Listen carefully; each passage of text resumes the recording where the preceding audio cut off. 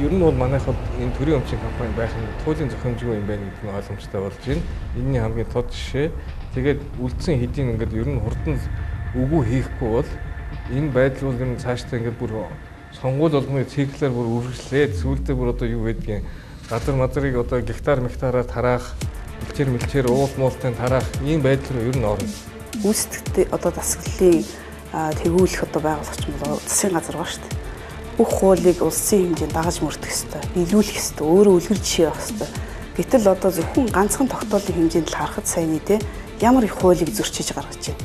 Одоо улсын валютын фондын стандбай хөтөлбөр рүү орж иж шахуулж иж энэ хүмүүс үр тавихаа болох байх. Өөрөөр бид ямар ч механизм байхгүй. Шинэ засгийн газар байгуулсан дахиад үр тавиа явахгүй бол цалин хөвж.